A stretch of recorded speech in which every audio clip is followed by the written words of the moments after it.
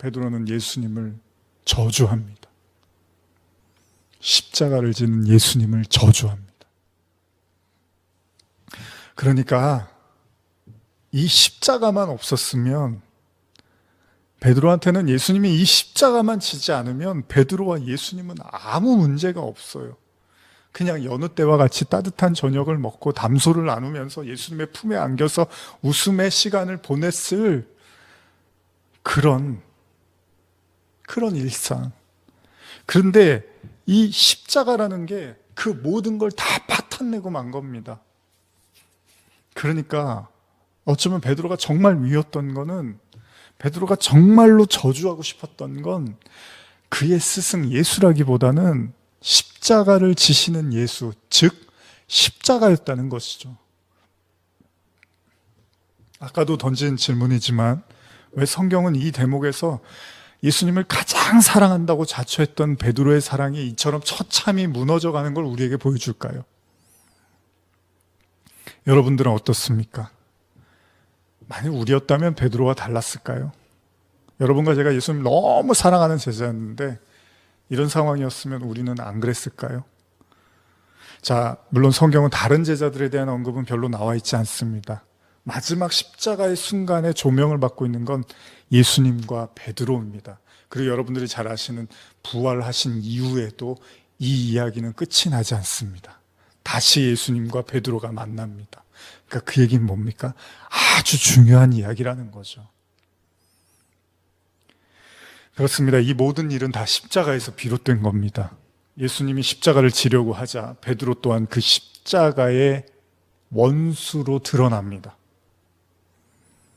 모두가 그러했다고 기록하는 것처럼 이 땅에 그 누구도 예수님의 십자가를 곧이곧대로 받아들인 사람이 단 한 사람도 없었다는 것을 지금 보여주고 있는지도 모릅니다.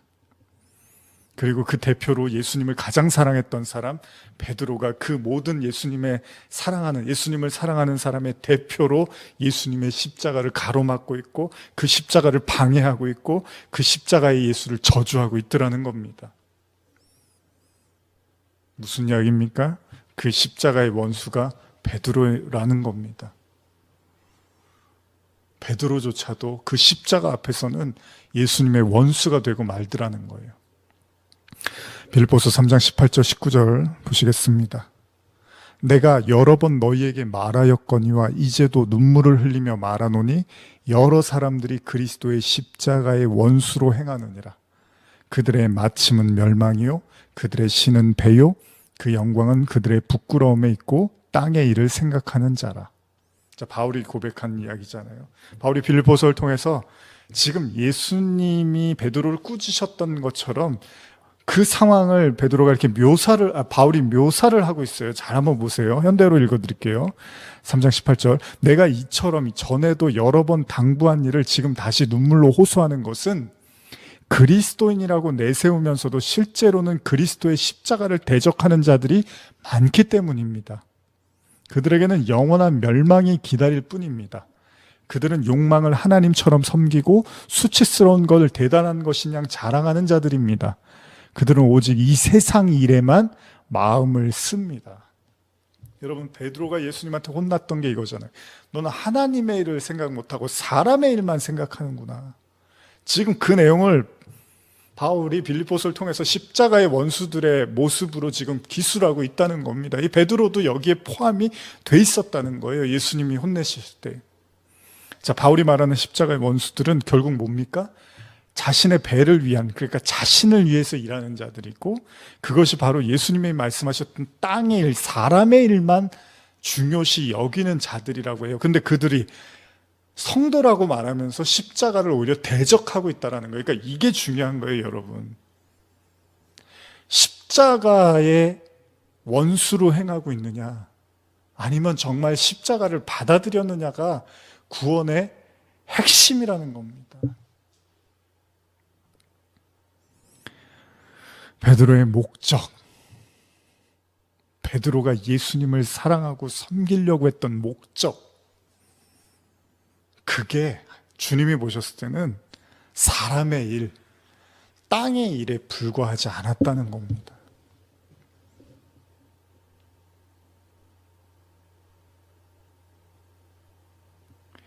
결국 예수님이 봤을 때는 그 베드로의 사랑과 난리와 열정과 그런 모든 말들이 베드로에겐 숭고한 하나님 사랑에 대한 신앙이었지만 예수님이 봤을 때는 그냥 사람의 일이었다는 겁니다.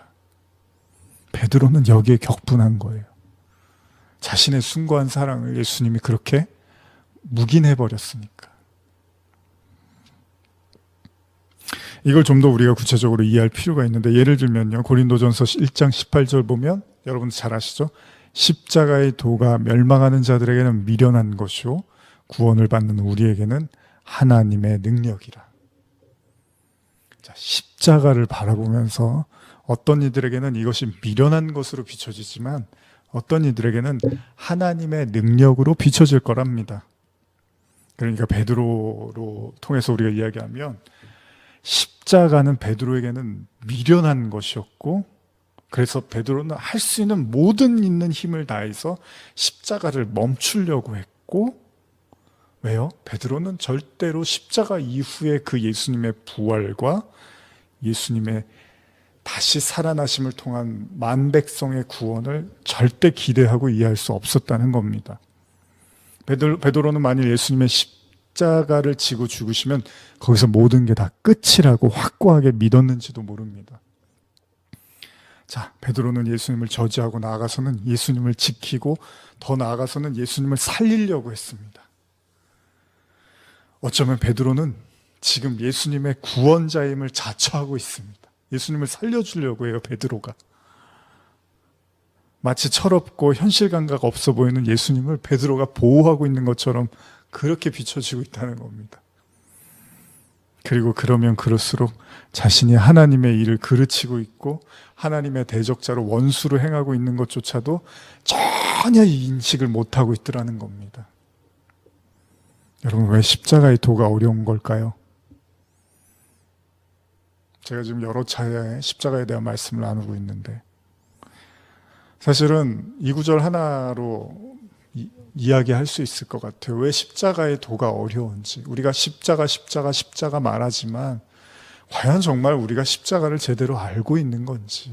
바울의 이야기처럼 많은 성도들이 성도임을 자처하면서 십자가의 대적자로 행하고 있다고 빌립보서를 통해서 말했던 것처럼 여러분과 저도 정말 한번 진지하게 생각해 봐야 필요가 있습니다. 바울이 말하는 십자가의 흔적, 나는 오로지 십자가 외에는 나는 자랑할 게 없어.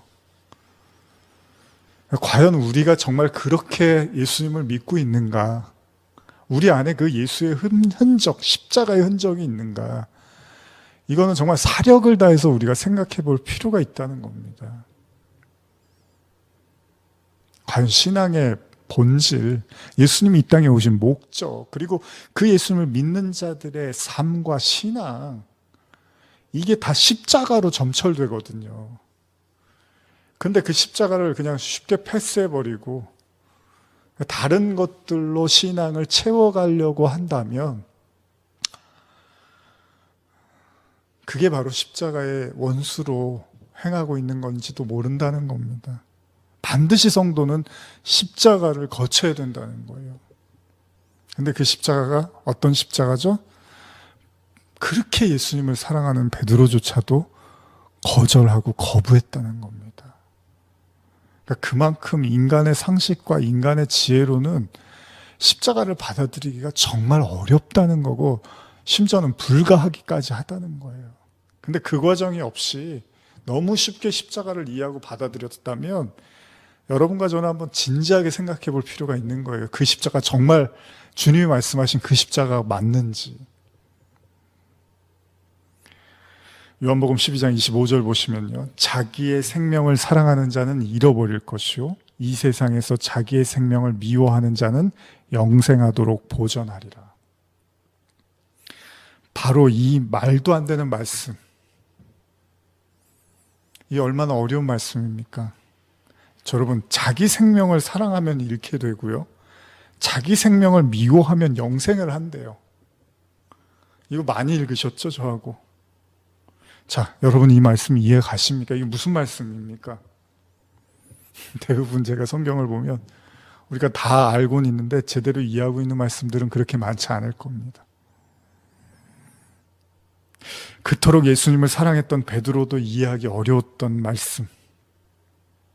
그러면 분명 우리에게도 쉬운 말씀은 절대 아닐 겁니다. 아니, 반드시 저와 여러분들이 주님의 성도로 거듭나는 과정에서 우리는 이 말씀, 지금 읽은 이 십자가와 관련된 이 말씀의 벽을 한 번은 꼭 마주하게 될 거라는 거예요.